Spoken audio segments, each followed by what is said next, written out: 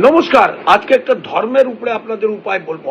মা পার্বতী ডেলি সকালবেলা উঠে এই বিষ্ণু সহস্র নামে পাঠ করতেন। তারপরে শিব ঠাকুর আর মা পার্বতী একসঙ্গে খাবার খেত। একদিন মা পার্বতী বিষ্ণু সহস্র নামে পাঠ করছিলেন, তখন হঠাৎ শিব ঠাকুরকে খিদে লেগে গেল। উনি অপেক্ষা করছেন যে মা পার্বতী নিজের পাঠ শেষ করে আসবেন, তারপরে আমি খাবার খাবো। অপেক্ষা করতে করতে অনেক দেরি হয়ে গেল। তারপরে মা পার্বতী এসছেন।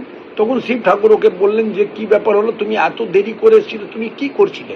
উনি বললেন, তুমি তো জানো আমি বিষ্ণু সহস্র নামে পাঠ রোজ করি, সেটাই পাঠ করতে তো একটু সময় লাগে, অনেক বড় পাঠ আছে।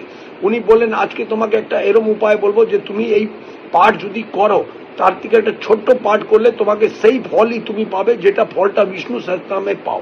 বললেন, কি বলো? তুমি রাম রাম নাম নিতে যখন শুরু করে দাও, ডেলি রাম রাম বলে তুমি বিষ্ণু সহস্র নামে সেই ফলই পেতে শুরু করবে। আপনারাও রাম রাম অতি অবশ্যই বলুন, সেই ফলই আপনারা পাবেন।